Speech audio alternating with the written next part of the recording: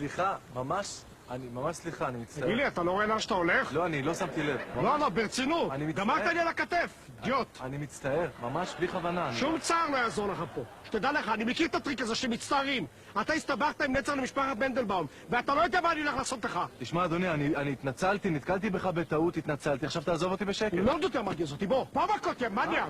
בוא נראה אותך, נו. אני לא הולך איתי מכות, בוא. לא הולך איתך מכות. אתה מפחד, אתה משקשק, אה? אין לך ביצים, בוא מכות, בוא. מה, תגיד, אתה מטומטם? תרמת עליי יד? כן. תלך מפה.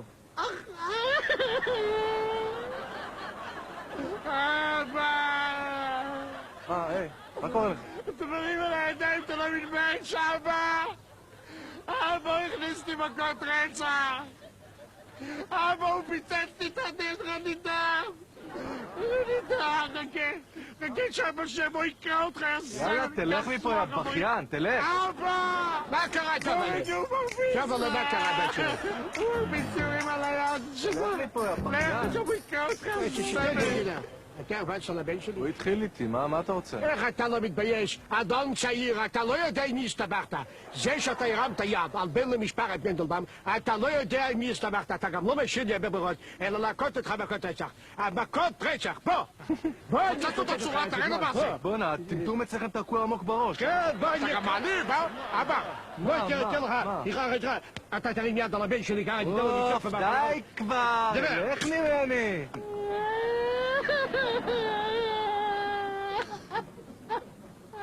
אתה שברת לי את הראש!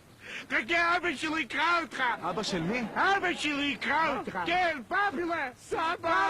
תראה אותה רק ביד!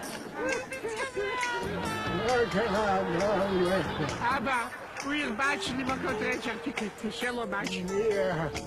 הפשטק הזה? כן, הוא הרביץ לנו. סבא, תגמור אותו! סבא, תחסן אותו עכשיו לרסיסים, תגמור אותו!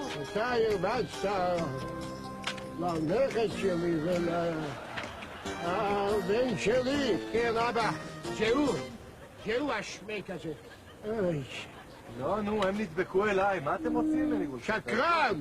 אתה לא יודע מי אני? מי, אלוף בית האבות בהשתנה לרוחק? עכשיו אתה עצבנת אותי. אני מפחד.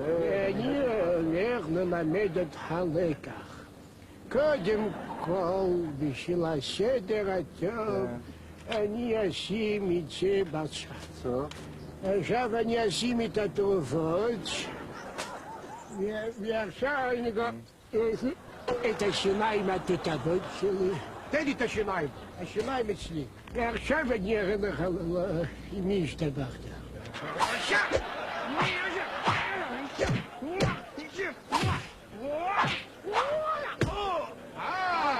אתה רואה? מגיע לך, יא כלבלב. תברח, אני צילמתי אותך, יא זבלון. חתיכת שמנדריק.